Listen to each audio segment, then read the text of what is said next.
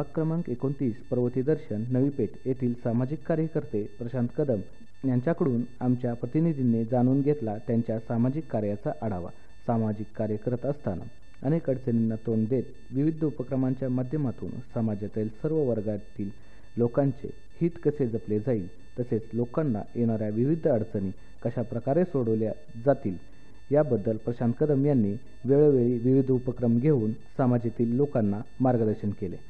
केंद्र सरकार, राज्य सरकार तसेच पुणे महापालिका यांच्या माध्यमातून राबवण्यात येणाऱ्या विविध योजनांची स्वतः माहिती घेऊन ती सर्व लोकांपर्यंत कशा प्रकारे पोहोचवली जाईल याचे वेळोवेळी नियोजन केले। हे करीत असताना हेल्पलाईन व आगामी काळात मोबाईल ॲप तयार करणार असून समाजसेवेचे घेतलेले व्रत जन्मभर अशाच प्रकारे चालू ठेवणार असल्याचे त्यांनी सांगितले।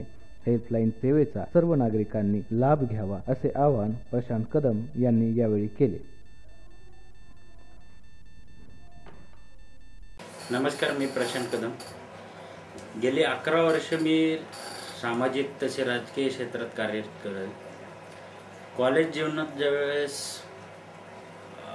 मी डिप्लोमा करत होतो त्यावेळेसपासून मला राजकीय वारसा नसून सुद्धा मला राजकारणाची पूर्णपणे आवड होती। राजकीय दृष्टिकोन नव्हता, सामाजिक दृष्टिकोनातूनच मी पुढे जायचा प्रयत्न करत होतो। परंतु काही काळाने असं जाणवलं मला, मी शैक्षणिक अर्हता असूनही की सामाजिक क्षेत्रात काहीशा प्रमाणात शैक्षणिक अर्हता असलेली लोक उतरत नाही। त्या कारणाने ज्या गोष्टी लोकांपर्यंत पोहोचायच्या आहेत त्या पोहोचत नाही। आशिया खंडातली अशी पहिली महानगरपालिका आहे, त्यांनी शहरी गरीब योजना आखली आहेत। शहरी गरीब योजनेअंतर्गत म्हणजे 50% कुठल्याही उपचारात 50% आपल्याला सवलत मिळते आणि औषधं पूर्णपणे आपल्याला मोफत मिळतात। पण या योजना आपण घरोघरापर्यंत पोहोचू शकलो नाही। याचं कारण म्हणजे शैक्षणिक लोक या गोष्टींपासून लांब पळतात।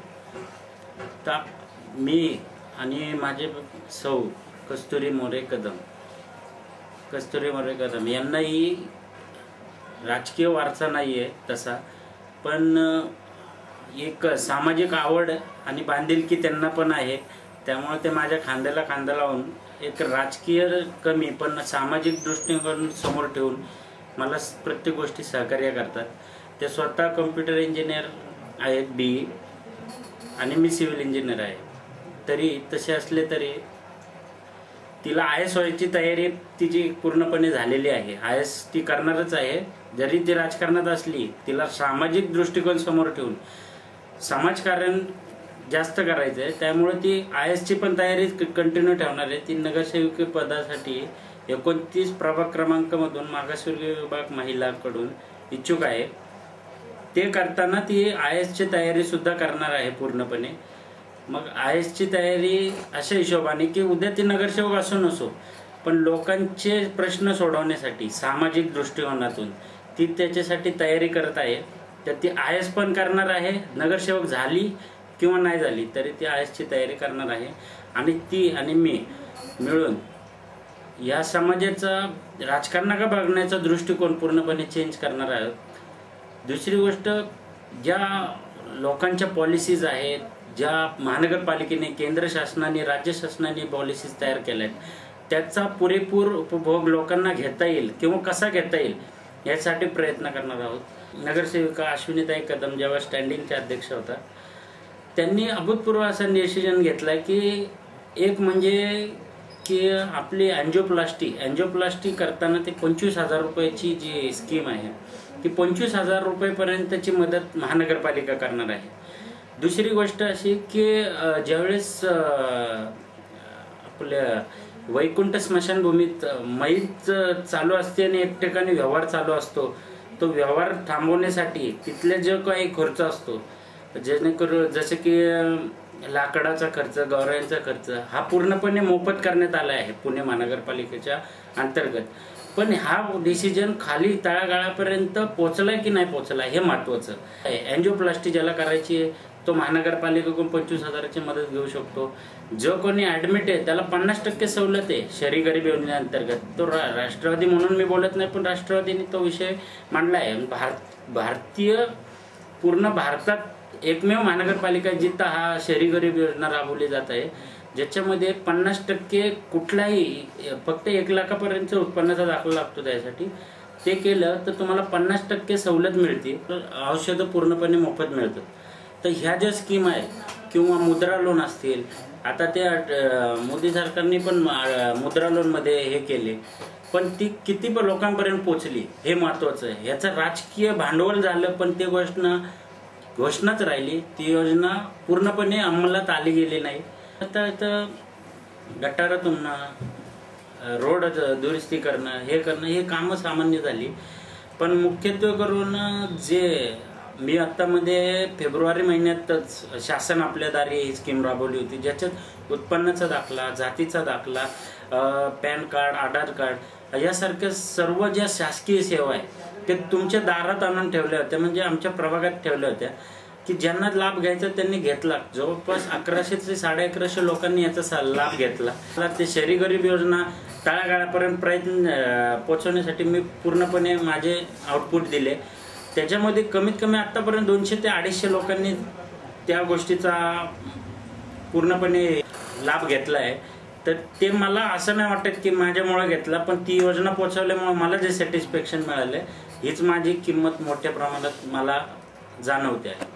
ज्या अडीअडचणी आहे ते दूर करण्यासाठी माझे 100% प्रयत्न राहणार आहे. त्या हेल्पलाईनवर जाऊन तुम्ही माझ्याशी कॉन्टॅक्ट करू शकता.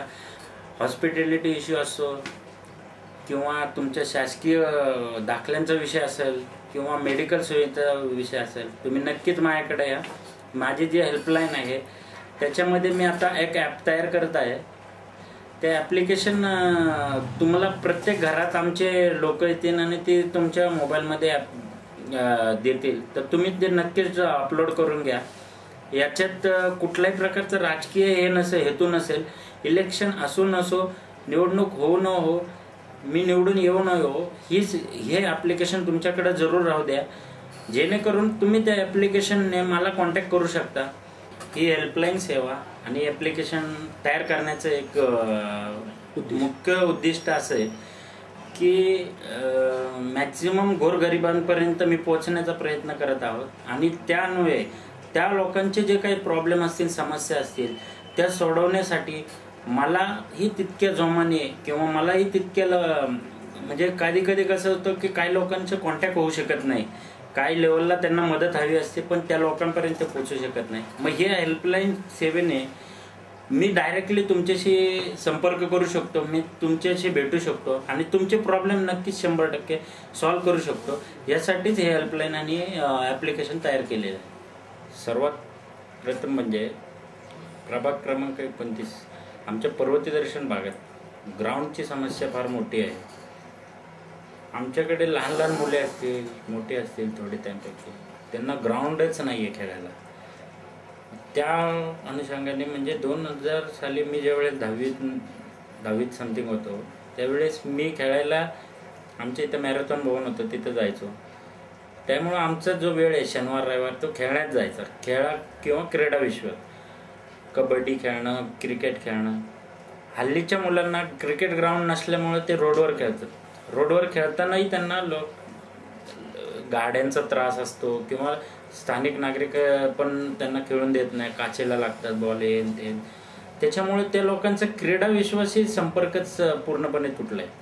मग ते खेळू शकत नाही, त्याच्यामुळं त्यांचे बसून चौकात टवाळक्या करणं किंवा इतर भाईगिरी किंवा मंडळ या गोष्टीतच इंटरेस्ट राहतो. त्याच्यामुळे काय होतंय की मूळ मुद्दा राहतो त्यांचा क्रीडा असेल तर शिक्षण पण चांगलं होतं, पण त्यांचं क्रीडा हा विश्वच बाजूला राहतं. त्याच्यामुळं ग्राउंडचा प्रश्न मार्गी लावण्यासाठी पण आम्ही 100% आमचे प्रयत्न राहणार आहे.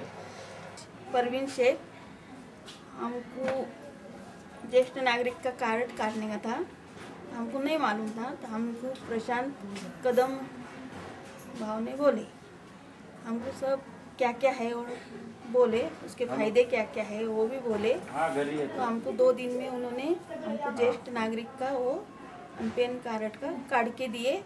दर्शनमध्ये ज्या समस्या असतात ते प्रशांत कदम चांगल्या पद्धतीने सोडवतात. काही प्रॉब्लेम असतील ते सोडवतात. एलईडीचे कार्यक्रम असतात, गणपतीचे, रत्नागिरी नवरात्राचे कार्यक्रम असतात. सगळ्या ह्याच्यामध्ये आम्हाला सहकार्य करतात, कार्यक्रम करतो आम्ही सगळे, त्यात पण आम्हाला मदत करतात ते. आणि सगळे बिन हेल्पलाईन चालू केली आहे त्यांनी. नागरिकांना त्यांचा फायदा वगैरे होतो त्याचा. प्रशांत विठ्ठल कदम हा मुलगा चांगला आहे आणि उमेदवार म्हणून तो पर्वती दर्शनमधले बहुतेक कामं त्यांनी केलेली आहेत आणि याच्या पुढे बी तो करल अशी मला त्याची अपेक्षा आहे. पण तो सर्वस्व सगळ्यांसाठी झटतो. दवाखान्याचा कोणाचा गरिबाचा खर्च असेल तर तो करतो आणि असं केलेलं आहे. आमची तर शिंदे म्हणून आहेत, त्यांचा मुलीचा त्यांनी खर्च केलेला आहे. हमारा जो प्रॉब्लम था संडास का, वो पीछे जाने के हम लोग बच्चा लोग रात के टाइम, वो एक कदम ने हमको अच्छा से करके दिया. हमारा कुछ लफड़ा नहीं है, हमारा बहुत बड़ा टेंशन चलेगा. इलेक्शन में हम साथ देंगे, लगे तो उनके साथ फिरेंगे, मेहनत करेंगे हम लोग. आमचं जे टॉयलेटचा प्रॉब्लेम होता, आम्ही बाहेर जायचो, ते आम्ही प्रशांत दादा कदमने आमचं सॉल्व्ह करून दिला. आणि यावर्षी इलेक्शनमध्ये आम्ही त्यांना पाठिंबा देणार. आणि आता प्रशांत राष्ट्रवादी काँग्रेस. प्रशांत कदम हा आमचा मुलासारखा आहे. प्रत्येक अडचणीला आम्हाला धावून येतो, प्रत्येकीला हाक मारले तर तो आमच्या पाठीशी उभं राहतो. आपने हमारे लिए बहुत अच्छे काम किए हैं, कमला भी बांध के दिए, औरतों के भी काम कर रहे हैं और ज्येष्ठ नागरिक वगैरह सब इन बातों की भी लिए आगे पीछे नहीं कर रहे, सब साथ दे रहे हैं. हम इनको आगे चल के इनको साथ हम खुद देंगे. हमारे सब जितने भी है उतने साथ देंगे.